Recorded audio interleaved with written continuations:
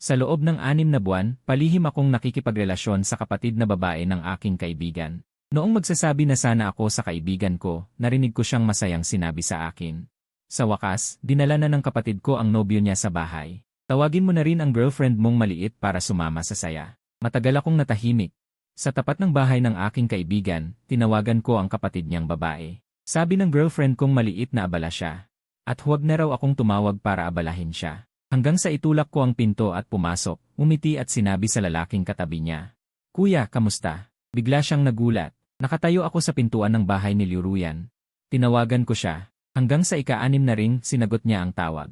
Matapos ang 1 minutong katahimikan, tumawa si Liuruyan sa kabilang linya at sinabi, Kuya, huwag kang magbiro. Abala ako.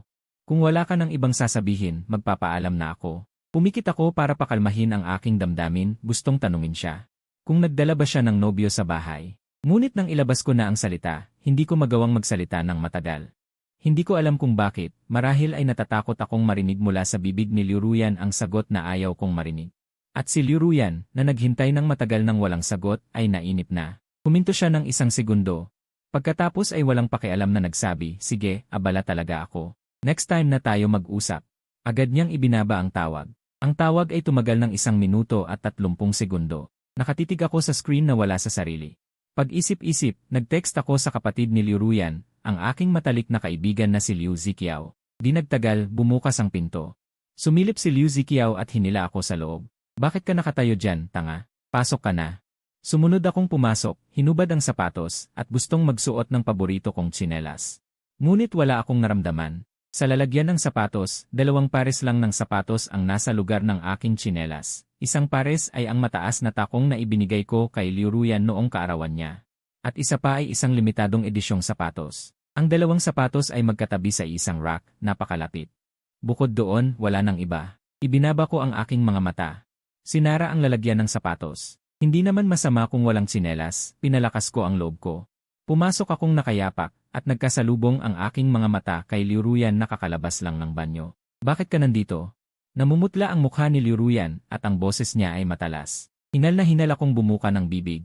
May bahid ng pait na ngiti at tinanong siya, nagulat ka ba? Nanlamig ang mukha ni Liuruyan.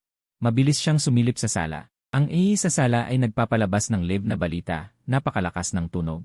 Nang tiyak na walang nakakapansin sa amin, hinawakan ni Liuruyan ng mariin ang aking kamay at bigla akong hinila papasok sa banyo. Alam mo na ba ang lahat? Hindi na siya nag-aksaya ng oras, tuwiran akong tinanong. Yumuko ako at tumingin kay Liuruyan na halos 1 ulo ang taas sa akin. Halos mula pagkabata ko siyang nakita lumaki. Mula noong nasa kindergarten pa siya hanggang ngayon. Halos 20 taon na kaming magkasama. Ngunit ngayon ko lang natuklasan na hindi ko talaga kilala ang taong ito. Paos kong tanong sa kanya. Ano ang dapat kong malaman? Na nagdala ka ng nobyo sa bahay? Nagtataka ako. Kung ang nakaupo sa sala ay ang nobyo mo, ano naman ako? Namumula ang aking mga mata at tanong sa kanya.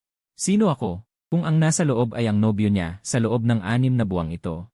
Sino ang aking palihim na nililigawan? Sino ang aking palihim na hinawakan ng kamay, hinagkan? Niyakap, at kahit buong gabi ay nag-usap sa telepono bago matulog. Iniiwasan ni Liuruyan ang aking tingin. Matagal siyang natahimik bago bumulong ng isang salita, pasensya na. Hindi mo kailangang magsabi ng pasensya sa akin.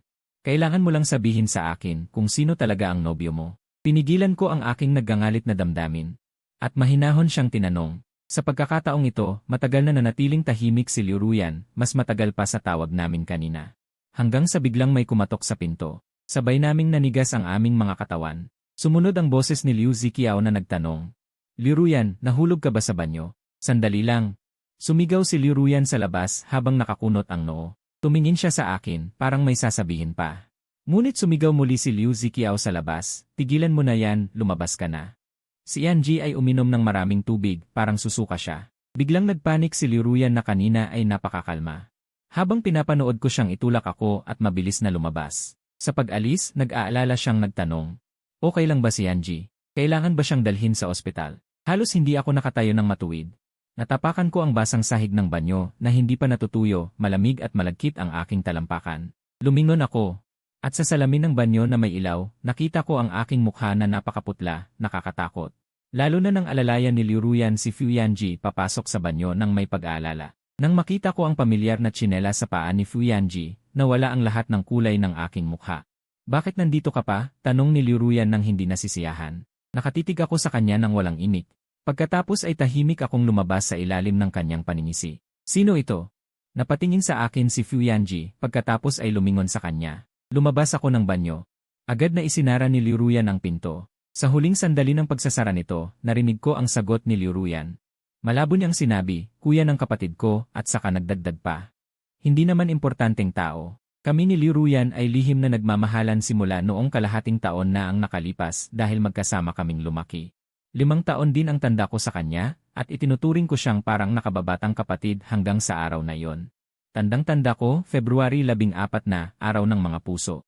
Bihira akong umuwi ng maaga, ayaw kong sumama sa mga kasamahan sa hapunan, kaya naisipan ko na lang umuwi ng maaga.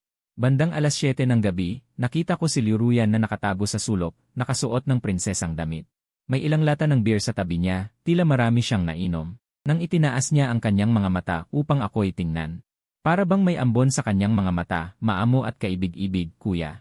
Hinila ni Liu Ruyan ang laylayan ng damit ko, lumapit at tinawag ang aking pangalan, amoy alak ang buong katawan. Umurong ako ng 2 hakbang, gusto ko sana siyang pagsabihan ng maayos, pero bigla niya akong tinitigan ng mariin. Tapos, parang nabaliw, sumugod siya at mahigpit akong niyakap at mariing kinagat ang aking labi. Bakit mo ako tinatanggihan? Umiiyak si Liu Ruyan habang marahas na humahalik. Kuya, huwag kang umurong, please, pabulong na sabi ni Liu Ruyan sa aking tainga, may pagmamakaawa.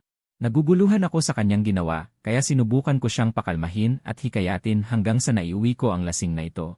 Kinabukasan, nang lumiwanag ang kanyang ulo, lumapit siyang may pulang pisngi upang humingi ng tawad.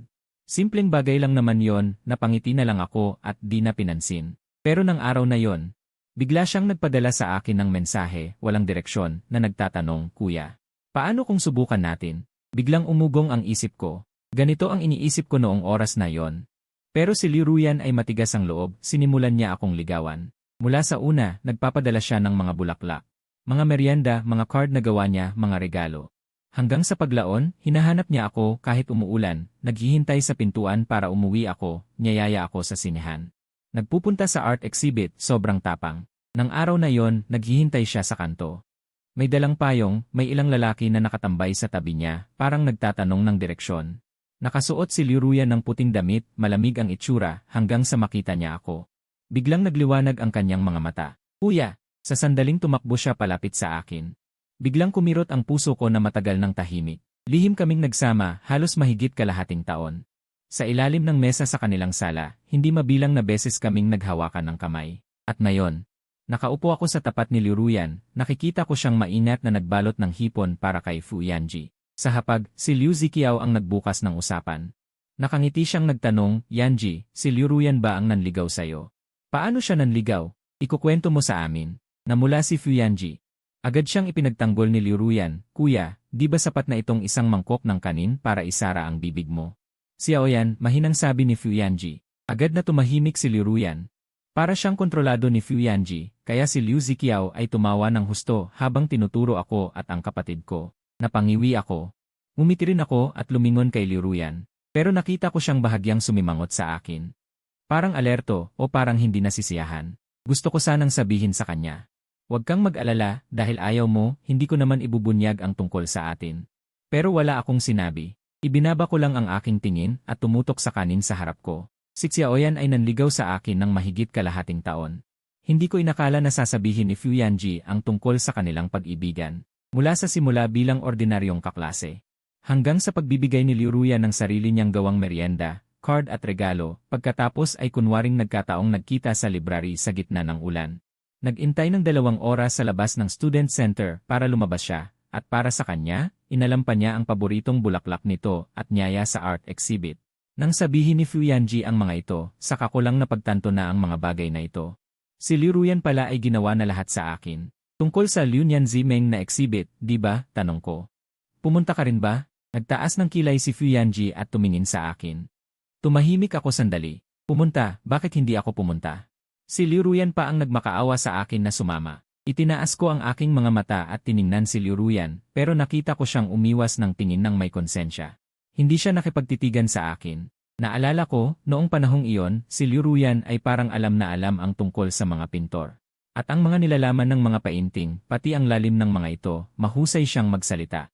Kaya pagkatapos niyang magkwento, tumingin siya sa akin nang may kumikinang na mga mata, parang naghihintay ng papuri. Na ginawa ko ng buong puso, itinaas ko ang aking hinlalaki para sa kanya. Noon, habang nakatingin siya sa aking papuri, tunay na napaginhawa siya at lihim na gumawa ng tanda ng tagumpay. Sa inisip ko na siya ay napaka-cute. Ngayon naiisip ko, ako pala ay eksperimento lamang para sa kanya.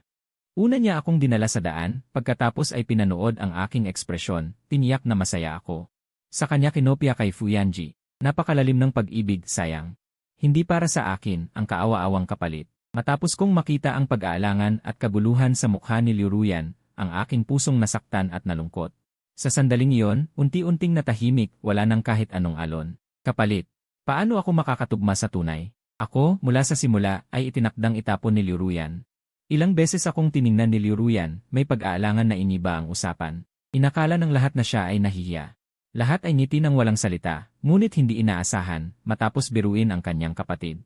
Itinuon ni Liu Ziqiao ang tingin sa akin. Tinapik niya ako at lumapit upang magtanong ng tsismoso. Dua niya, iniisip mo ba ang kasintahan? Paano kayo nagkakilala? Kwento mo. Hindi pa ako nakakasagot, biglang umubo si Liu Ruyan sa tapat. Parang nabulunan sa kanin. Hindi mo ba alam? Ang kuya mo ay may kasintahang bata pa. Ang cute at masunurin. Si Liu Ziqiao ay tumawa at nagsabi. Si Liu Ruyan ay kinuha ang tubig mula kay Fuyanji. Biglang uminom, medyo nagulo ang sinabi, wala akong pakialam. Pagkatapos nito, tumingin siya sa aking ekspresyon. Nang makitang nakayuko lang ako at mumiti, hindi na niya maitago ang kanyang mukha. Namilog ang mukha at inilayo ang tingin. Ay, gusto ko talagang makita ang babaeng laging sumusunod sa'yo. Laging tumatawag sa'yo ng kuya. Si Liu Ziqiao ay puno ng pangarap na nakatingin sa akin. Hindi ko siya matingnan ng tuwid. Lalo na't hindi ko masabi na ang taong iyon ay kanyang ate. Natahimik ako sandali. Si Liu Ruyan ay nagmadaling tumulong sa akin. Natupad na niya ang kanyang pangarap, syempre ayaw niyang malaman ang tungkol sa amin. Kung ayaw niya, huwag mo siyang pilitin. Liu Ziqiao, nakakainis ka. Tiningnan ni Liu Ruyan si Liu Ziqiao. Nang makita niyang mag-aaway na sila, hinila ni Fuyanji ang manggas ni Liu Ruyan. Ako naman ay humila kay Liu Ziqiao. Pag-isipan saglit, tinanong ko siya. Ganyan ka ba kuryoso? Kung gusto mo, tawagan ko siya para makita mo. Lumiwanag ang mata ni Liu Ziqiao. Samantalang ang mukha ni Liu Ruyan ay biglang naging komplikado. Hindi ko siya tiningnan, kinuha ang telepono at tumawag. Ang katawan ni Liu Ruyan ay nanigas. Mahigpit na hinawakan ang kanyang telepono, ngunit hindi tumunog ang inaasahang ringtone. Ang aking telepono ay tumunog isang beses at sinagot. Hello, kuya. Mula sa kabilang linya, isang malambing na boses ng babae. Si Liu Ziqiao ay nakaawang ang bibig, tahimik na sumigaw. Ang mukha ni Liu Ruyan ay tuluyang lumamig. Mahinahon kong sinabi sa telepono, may oras ka bang pumunta rito? Nang dumating si Xiji, nakasuot siya ng sexy na damit na mataas ang baywang at masikip, may magandang ayos. Hindi mukhang matamis na kasintahan, kundi isang marangal at makapangyarihang babae. Paumanhin.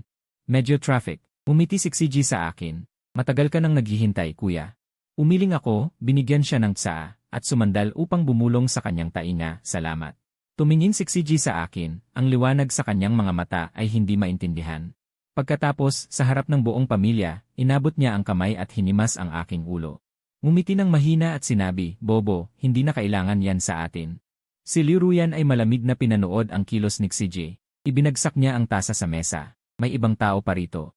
Hindi ba pwedeng tumigil kayo sa pagkakadiri? Si Liu Ruyan ay halos walang hiya na nagbigay ng malaking tingin kay Xiji. Sa susunod na segundo, sinampal ni Liu Ziqiao ang kanyang batok. Ang magkasintahang magpakita ng pagmamahal, walang pakialam sa'yo. Si Liu Ruyan ay nagalit sa salitang imagkasintahan, uminom na lang ng tsaa, at hindi na ako tiningnan. Hindi na rin nagsalita. Xiao Lu, kung tatawagin mo siyang kuya. Mas bata ka sa kanya. Nagtatrabaho ka na sa murang edad. Si Liu Ziqiao ay interesado sa amin ni Xiji. Tiningnan niya si Xiji, pagkatapos ako, ang mga mata ay mas maliwanag pa sa gaye. Nagdadala ako ng tsaa, biglang narinig ang tanong, halos mabulunan. Umubo ng 2 beses, 2 papel ang sabay na inabot sa akin. Isa mula kay Xiji sa tabi ko. Ang isa ay kay Liu Ruyan na nakaupo sa tabi ni Fuyanji. Ang tingin ng 2 babae ay nagtagpo sa hangin, mabilis na naghiwalay. Nagngisi si Liu Ruyan. Hindi ako pumili, dinurog niya ang papel. Inihagis sa basurahan. Kinuha ko ang papel ni Xiji, pinasalamatan siya. Sinagot ko ang tanong ni Liu Ziqiao para sa kanya. Sa totoo, mas matanda siya sa akin ng 2 taon. Naku, lalo pang naging masigla si Liu Ziqiao. Bakit kanya tinatawag na bro? Medyo mahaba ang kwento nito. Tiningnan ko si CJ, hindi rin niya mapigilan ang pagtawa.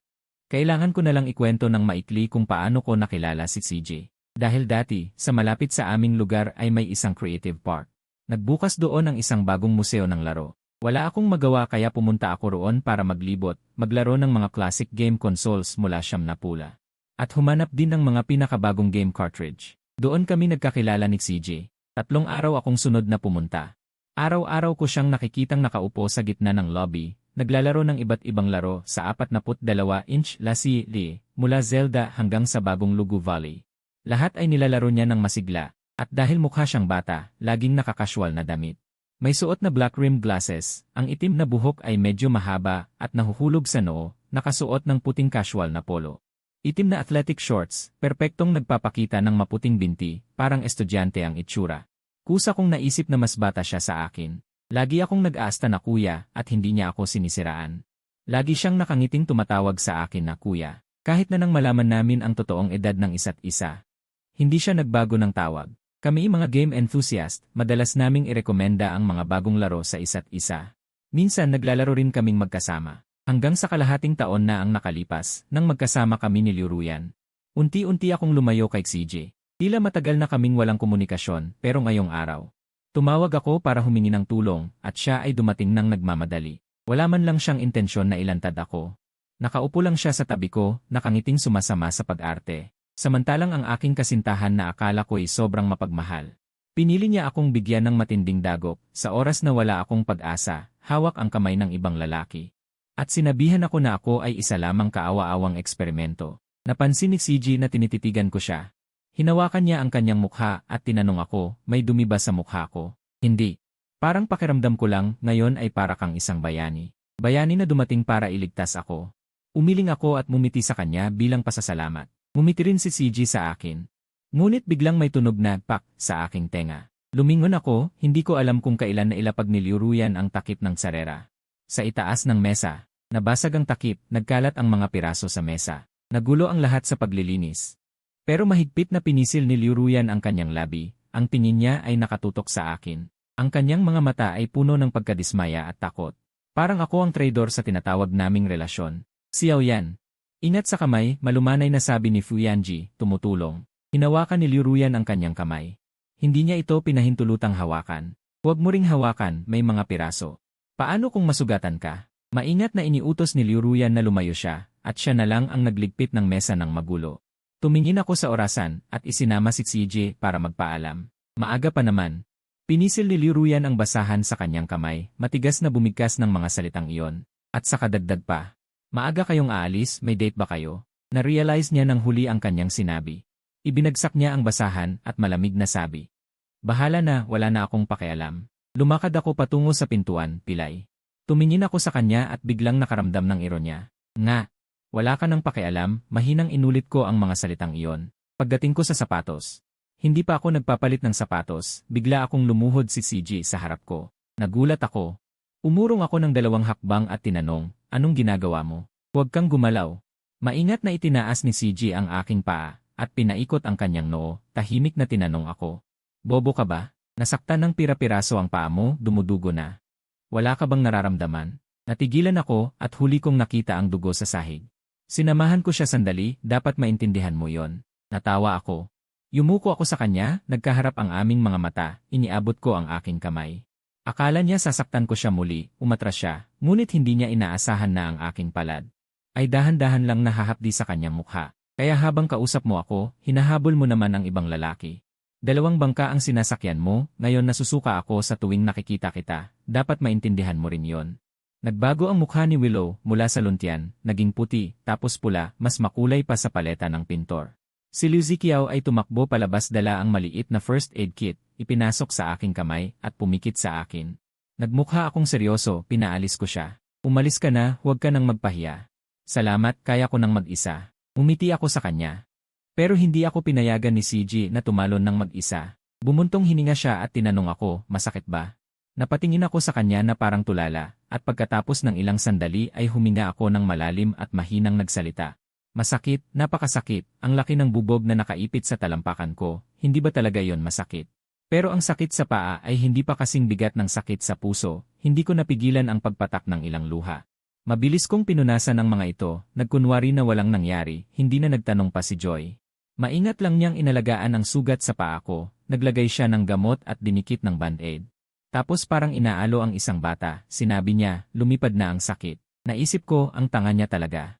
25 na ako, ginagamitan pa rin niya ako ng ganoong klaseng panloloko para aliwin. Umiyak ka na lang. Bumuntong hininga si Joy, at lumuhod sa harapan ko para makipagkasundo, ngayong gabing ito, iyak ka lang. Bukas, bawal na umiyak. Natawa ako sa tono niya, biglang gumaan ang pakiramdam ko.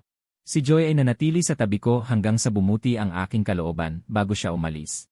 Akala ko umuwi na siya, pero nag-order pa siya ng espesyal na merienda para sa akin at tinawagan ako para kunin ito.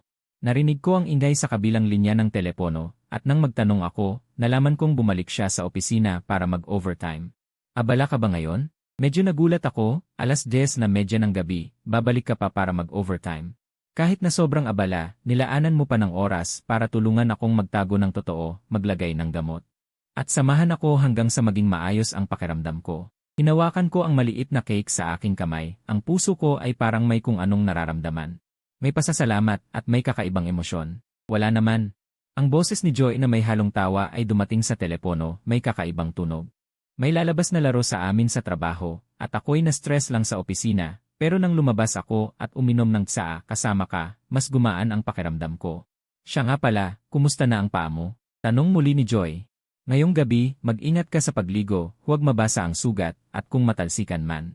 Tandaan mong maglagay muli ng gamot. Sagot ko. Pagkatapos mag-isip, sinabi ko, huwag ka ring magpuyat sa trabaho, umuwi ka ng maaga at magpahinga. Mula sa telepono, narinig ko ang mahinang tawa ni Joy, at sinabi niya, ano ba ito? Bigla akong nakaramdam ng sigla dahil sa pag-aalala ng kuya. Hindi ko alam kung bakit, pero namula ang mukha ko. Pagkatapos ng tawag, naglakad ako ng pilay paakyat ng hagdan, at hindi inaasahang nakasalubong ko si Willow na may malamig na mukha. Nawala agad ang ngiti sa aking labi, at bumalik sa tahimik kong anyo. Iniwasan ko siya, kinuha ang susi para buksan ang pinto at pumasok, ngunit bigla akong hinawakan ni Willow sa braso. Bitawan mo, hindi ako lumingon, malamig lang ang aking boses. Hindi ako pinansin ni Willow at sarili niyang tanong, kumusta na ang paa mo? Nang makitang wala akong balak sumagot, hindi siya nagalit at pinunit niya ito. Sobrang sakit na napasinghap ako ng hangin. Ano bang gusto mong gawin? Sigaw ko sa kanya. Pero hindi binitawan ni Willow, lalo pa niyang hinigpitan ang paghawak sa paa ko. Malungkot ang mukha niya. Naglabas siya ng bagong band-aid mula sa ilalim ng lamesa at muling idinikit ito. Alam ko na siya ang tinawag mo para painisin ako. Inaamin ko, nagalit talaga ako dahil sa kanya. Mukha siyang hindi mabuting babae. Huwag ka nang makipag-ugnayan sa kanya mula ngayon. Kinuha niya ang cellphone ko nang walang paalam at pamilyar na ini-unlock ito. Maliwanag na gusto niyang burahin ang contact ni Joy sa aking cellphone. Nanginginig ako sa galit. Itinaas ko ang aking kamay at malakas siyang sinampal sa mukha. Habang nagugulat pa si Willow. Sinipa ko siya at natumba siya sa gilid ng mababang salaming lamesa. Napasinghap si Willow ng hangin. Ang buong likod niya ay sumalpok dito at namimilipit siya sa sakit. Duan mo. Mahinang tinawag ni Willow ang pangalan ko, mas galit pa sa akin, sinaktan mo ako para sa kanya. Inalis ko ang namamanhid kong kamay at malamig na tumingin sa babaeng ito na pinalaki kong mula pa noong bata, na minahal ko ng parang kayamanan. Mahigit kalahating taon ko nang minamahal si Willow. Paos kong tanong, saan ka galing? Sinamahan ko si Yanji pauwi. Mabilis na nasabi ni Willow ang mga salitang ito at biglang natauhan. Medyo nagbago ang kulay ng kanyang mukha. Dagdag niya, huli na kasi. Sasamahan ko siya saglit, dapat maintindihan mo yan. Tumawa ako. Yumuko ako papalapit sa kanya, nagtama ang aming mga titig, inilahad ko ang aking kamay. Akala niya sasaktan ko siya muli, umatras siya, ngunit hindi niya inaasahan na ang aking palad. Ay mahinang dumapo sa kanyang mukha at tinapik-tapik. Kaya habang kausap mo ako, hinahabol mo naman ang ibang lalaki. Naglalaro ka sa dalawang bangka, ngayon ay nandidiri na ako sa'yo, dapat maintindihan mo rin yan. Si Liu Ruyan ay nagbago ang kulay ng mukha, mula sa berde naging puti at pagkatapos ay pula, mas makulay pa kaysa sa color palette. Hindi ako. Gusto pa niyang makipagtalo sa akin, pero nang makita niya ang aking maliwanag na paningin, tumigil siya at napahiya. Tulad ng sinabi ko, si Liu Ruyan ay totoo nga. Ang puso niya ay nag-aalangan sa pagitan ko at Fu Yanji, nagpapasya. Nag-aalangan at sakim pa na gustong itago, gustong tangkilikin ang pag-ibig ng dalawang tao ng sabay. Ngunit ang pag-ibig ko ay napakasarili, isang tao lamang ang pinapayagang pumasok. Hindi mo na kailangang magpaliwanag. Ipinikit ko ang aking mga mata. Dahil nakapili ka na, huwag mo na akong buluhin muli. Huwag kang mag-alala, hindi ko sasabihin sa kapatid mo na tayo ay nagkasama ng kalahating taon.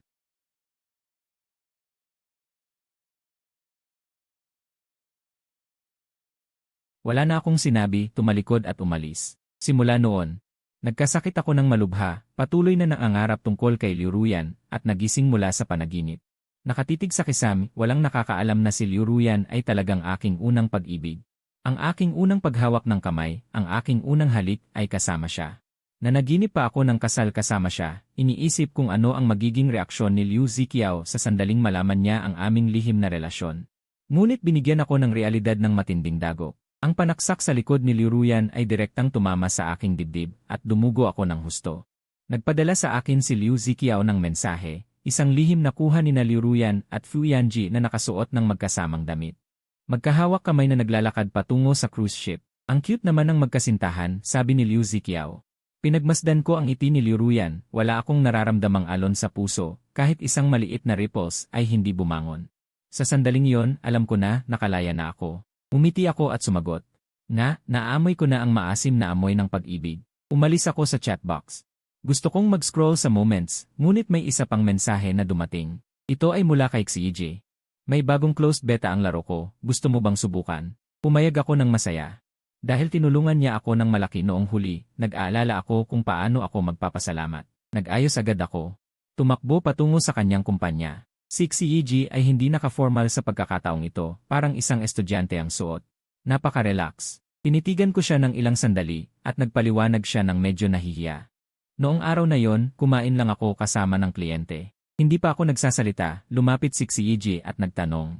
Sa tingin mo, mas maganda ba akong naka-work suit o ganitong damit? Upang makita ko ang kabuuan.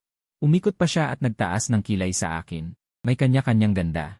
Hindi ko inamin, sanay na akong makita siya sa casual na damit, nang bigla kong makita siyang naka-formal, ako ay nabighani sa isang saglit. Nabighani sa isang saglit. Si Xiji ay patuloy na nakatingin sa akin at tumatawa, na naging dahilan upang hindi ako komportable. Hindi ako makatingin sa kanya hanggang sa pumasok kami sa kanyang studio at simulan ang bagong laro. Saka ako nakaramdam ng ginhawa. Ang larong ginawa ni Xiji ay isang open-world mobile game na may Chinese style na tema. Ang graphics ay klasiko, ang character card designs ay kahanga-hanga, at ang storyline ay napaka-interesante. Maraming jokes na tanging mga Pilipino lang ang makakaintindi. Tumatawa ako habang naglalaro kapag na-release ang laro mo.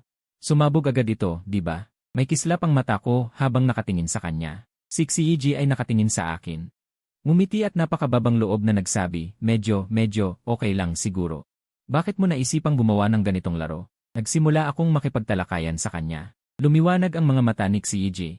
Agad niya akong hinila papasok sa kanyang opisina at masiglang pinag-usapan ang orihinal na layunin at hinaharap na pagpapaunlad ng larong ito. Pati na rin ang plot ng laro, ang mga komplikadong emosyonal na gusot at iba pa. Magkasundo kami sa usapan. Nag-usap kami buong hapon hanggang sa gabi ay parang hindi pa sapat. Inilabas niya ako sa isang Thai restaurant para kumain. Sa kalagitnaan ng pagkain, bigla siyang may naalala. Pagkatapos may ipinadalang file si Xiji sa akin. Senyasan niya akong buksan ito. Binuksan ko at nakita ko ang notification ng pag-download ng laro. Medyo naguluhan ako, ngunit nang pumasok ako sa maliit na laro, bigla akong natigilan. Ito ay isang ordinaryong simulation farm na laro. Sa screen ng telepono, may isang batang lalaki na may flat top na buhok na nagpapahinga at isang matabang orange na pusa. Nasa isang maliit na sakahan sila. Maaaring magtanim ng mga prutas at gulay o makyat sa puno upang pumitas ng bunga. Ngunit mas madalas, ang bata ay nakayakap sa orange na pusa at nagpapainit sa araw. Nakilala ko ang batang iyon. Iyon ang bata pa ako noong pagkabata. Noong napag-usapan namin ang mga uri ng laro na gusto kong laruin, sinabi ko sa kanya. Tungkol sa sakahan kung saan ako tumira kasama ang mga lolo at lola noong bata, ang orange na pusa noong pagkabata, at ang farm style na genre na gusto ko. Hindi ko inaasahan na nakinig siya sa lahat. Ginawa ko ito dati. Medyo magaspang, ngumiti si EJ. Sana'y mabigyan kita ng sorpresa. Ngunit noong panahong iyon, tila may kasintahan ka, kaya ayokong magdulot ng gulo. Ilang araw lang ang nakalipas, nagdagdag ako ng ilang bagay. Ibigay ko sa iyo ngayon, masasabi pa bang sorpresa ito? Napuno ng damdamin ang aking puso. Tumango ako ng mahina at nagsabi ng isalamat. Kamakailan lang ay tila palagi kitang inaabala, medyo nahihiya ako. Kung may kailangan ka sa akin sa hinaharap. Sabihin mo lang, pumikit si CJ at sinabing, huwag mo munang sabihin. Mayroon na akong dapat ipakiusap sa'yo. Ngayong Sabado at Linggo, magkakaroon ng eksibisyon ang aming studio sa isang motorbike convention. Pwede ka bang tumulong sa pagbabantay ng stall? Pumayag ako agad, ang isang segundong pagkaantala ay hindi paggalang kay CJ. Pareho kaming adik ni CJ, ngunit ang kaibahan, ako ay adik sa laro. Siya ay teknikal na adik. Dahil matagal kaming hindi nagkita, nang mag-usap kami ay hindi na kami tumigil.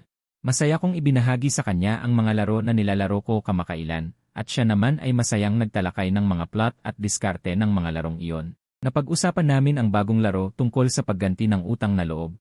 Nagkindat si CJ at nagtanong, makakaabala ba ako sa iyong pamilya? Hindi.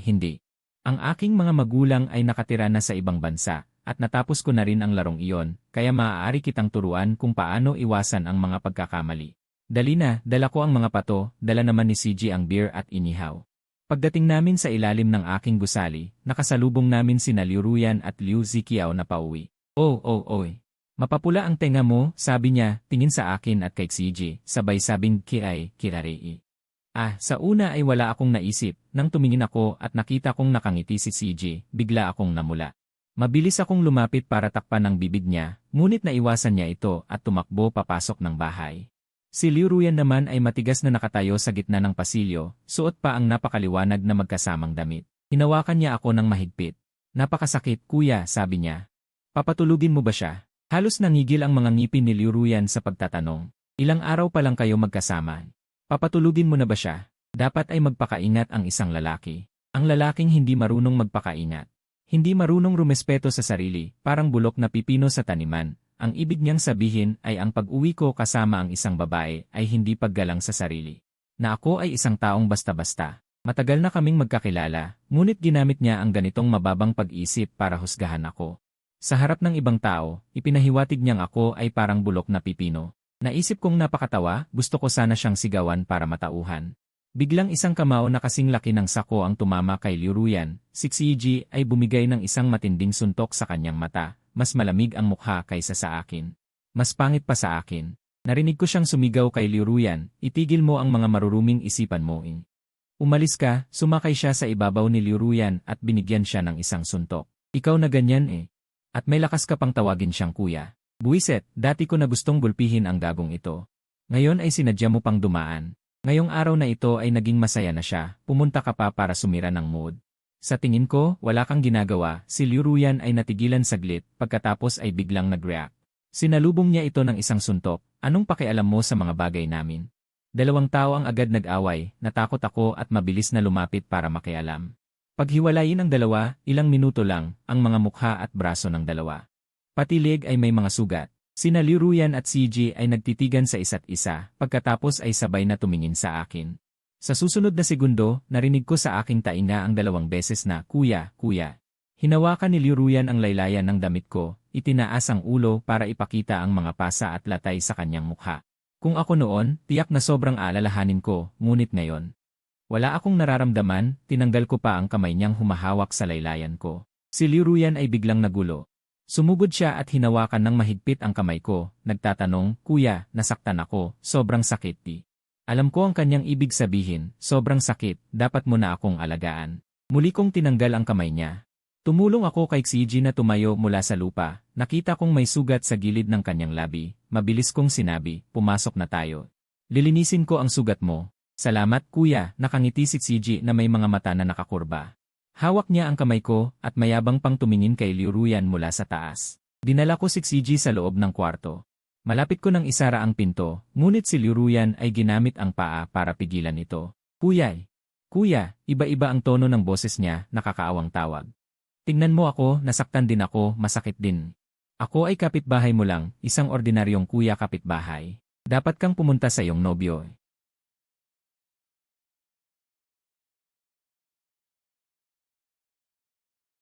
Unti-unting nagbitak ang ekspresyon sa mukha ni Liu Ruyan.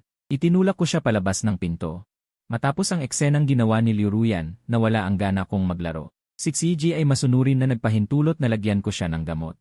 Maingat kong nilinis ang kanyang sugat, pagkatapos ilagay ang band-aid, nahuli ko ang kanyang nakatutok na tingin. Umiwas ako ng kaunti, hindi matapang na tumingin sa kanya. Natawa ng mahina si CJ at sinabi, Ang galing sa pagitan ko at ng babaeng yon, pinili mo ako Ang galing sa pagitan ko at ng babaeng yon, pinili mo ako Nagulat ako, naintindihan ko ang ibig niyang sabihin, at bigla na lang akong napatigil. Nakabuka ang bibig ko, hindi ko alam kung paano siya sasagutin, at saka ko narinig ang sinabi niya. Kung hindi ko alam kung makakain pa ba ako ng barbecue na ito. Isang pangungusap niya ay may dalawang malalim na paghinga. Natakot ako, parang may tumatalbog na puso sa loob ko sa buong gabi. Tahimik kaming kumain ng barbecue at uminom ng alak, kalaunan ay puno na ng walang masabi ang bibig.